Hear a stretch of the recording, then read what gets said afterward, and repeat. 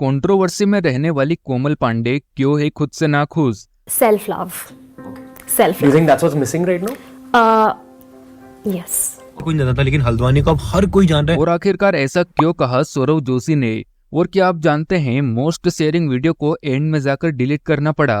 तो चलिए जानते हैं इन सभी सवालों के जवाब। आइए देखते हैं, बैठकर मजा आएगा। नंबर 1, कोमल पांडे इच्छाधारी नागिन। Self love. सेल्फ लव की पाठशाला तो कोमल पांडे ने ही लगा रखी थी, लेकिन आज ऐसा क्या हुआ कि मिलियंस ऑफ फॉलोवर होने के बाद भी लोग कोमल से नफरत करते हैं? वेल, इसके 4 मेन रीजन रहे। नंबर 1, हाई स्टैंडर्ड कोमल ने यूट्यूब से सीधा इंस्टा पर स्विच किया। नंबर 2, इसका फैशन इतना हाई है कि रियल लाइफ में यूज नहीं किया जा सकता। Number 3, beauty standard. अपनी करियर की स्टार्टिंग में कोमल ऑडियंस को सेल्फ लव सिखाती थी। और चौथा रीजन यही रहा कि जब कोमल ने ऑडियंस बनाई थी तो वो मिडिल क्लास फैमिली की मेजोरिटी थी, लेकिन अब कोमल बड़े ब्रांड के साथ कोलैब कर रही है। माना कि सभी को अपनी लाइफ में आगे बढ़ते रहना चाहिए, लेकिन अपने साथी का भी ध्यान रखना चाहिए। चिंकी, तू बहुत चेंज हो गई रे। Number 2, Bhuvan Bam a big loss. भाई मेरे पास नहीं है, मेरे बाबा मेरे पास नहीं है, अब शुरू से जीना सीखना पड़ेगा, मन नहीं कर रहा। ये देखकर भुवन के कई फैंस से दुखी हुए थे। सबको हंसाने वाला भुवन असल दुनिया में अकेला है। क्या यही वजह है कि आजकल इनके पोस्ट भी नहीं आ रहे? वेल, भुवन के पोस्ट आए या ना आए, लेकिन उनकी पॉपुलैरिटी किसी से कम नहीं है। इसका बेस्ट एग्जाम्पल था यूट्यूब गो लॉन्च, जिसके लिए भुवन को बुलाया गया था। पर इवेंट में भुवन के इतने फैंस पहुंच गए कि उस इवेंट से निकालने के लिए उनको 12 बॉडीगार्ड्स की जरूरत पड़ी थी। लेकिन जब उसी हाल में शाहरुख खान गए थे तब उन्हें निकालने के लिए मात्र 4 बॉडीगार्ड्स की जरूरत पड़ी थी। माना कि अपने माता पिता के जाने के बाद भुवन की लाइफ में अंधेरा छाया हुआ है, लेकिन उसने आगे बढ़ना नहीं छोड़ा। नंबर 3, घमंडी सौरव जोशी।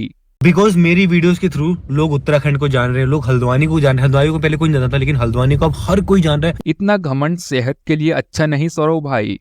लगता है सौरव भाई अपने पुराने दिन भूल गए। जिस हल्द्वानी की ये बात कर रहे हैं, इस शहर में रेंट का घर होने की वजह से सौरभ का एडसेंस अकाउंट बार बार सस्पेंड हुआ था।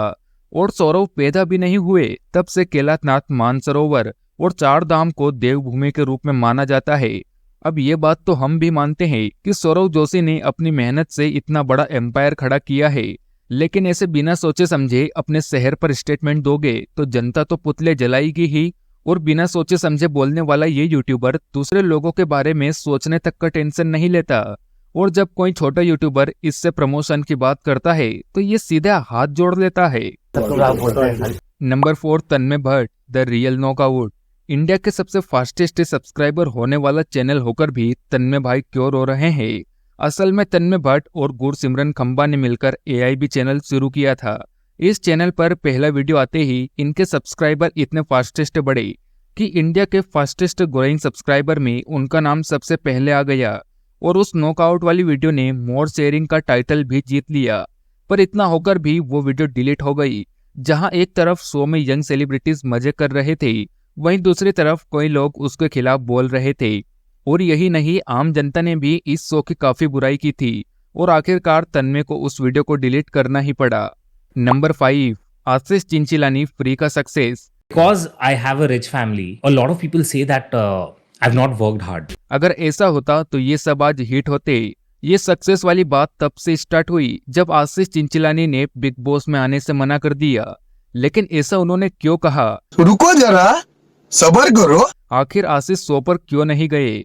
ऐसा नहीं कि पैसों के चलते आशीष को सब कुछ मिला। इनफैक्ट उनके स्ट्रगलिंग की शुरुआत स्कूल से हुई थी। एक बार पीटी टीचर की नकल करते वक्त आशीष पकड़े गए और उन्हें पनिशमेंट के तौर पर प्ले में रोल करने के लिए कहा गया।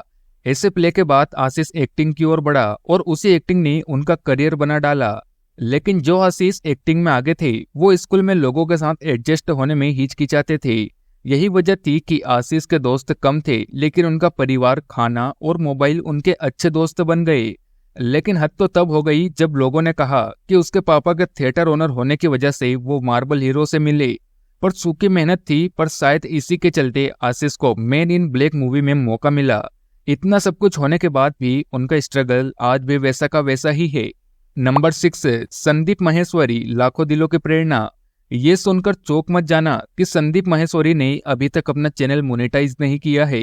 यूट्यूब पर हर कोई पैसे कमाने के लिए आता है, इसीलिए वो लोगों का मोटिवेशन के बीच में एड लगाना नहीं चाहते। वहीं कुछ लोगों का कहना है कि इमेज बाजार जैसी कंपनी के सामने उन्हें यूट्यूब के पैसे तो चिल्लर लगेंगे। और हद तो तब हो गई जब रिसेंटली एक OTT प्लेटफॉर्म ने उनके सारी यूट्यूब वीडियो के बदले उन्हें 100 करोड़ की ऑफर दी, लेकिन उन्होंने साफ शब्दों में कह दिया सिर्फ जीते जी ही नहीं, मरने के बाद भी मेरे सेशंस फ्री ही रहेंगे। Number 7, carry the donor. कैमरे के आगे शरार से दिखने वाले ये भाई साहब बिहाइंड द कैमरा एक सेंसिटिव इंसान है। 23 साल का इमेच्योर लगने वाला ये लड़का जो हर वक्त लोगों को रोस्ट करने की भीड़ में रहते हैं, उन्होंने भुवम बॉम्ब से लेकर ढिंचक पूजा सभी को रोस्ट किया है। लेकिन आज हमारे हाथ लगे हैं इनके सच्चे और अच्छे कारनामे। देखिए, केटू नाम की वेबसाइट से ये पता चला कि कैरी ने 11 साल की बच्ची की जान बचाई है। एक किसान गृहिणी वैशाली कोविड के वक्त बेंगलुरु में एडमिट थी। उनकी ट्रीटमेंट के लिए 25 लाख रुपए चाहिए थे, लेकिन केटू प्लेटफॉर्म मिनिमम 2 लाख रुपए जमा कर सकता है। फिर एक मिराकल हुआ और केटू प्लेटफॉर्म ने कैरी को थैंक्स बोलते हुए ये वाला पोस्ट शेयर किया। और सबसे बड़ी बात तो ये है कि उस पोस्ट में कैरी ने कितने पैसे दिए ये तक जिक्र नहीं हुआ था। देखिए, ये होता है बड़े लोगों की बड़ी बातें। क्या सच में कैरी के पास इतना पैसा है? तो इसका जवाब है जी हाँ।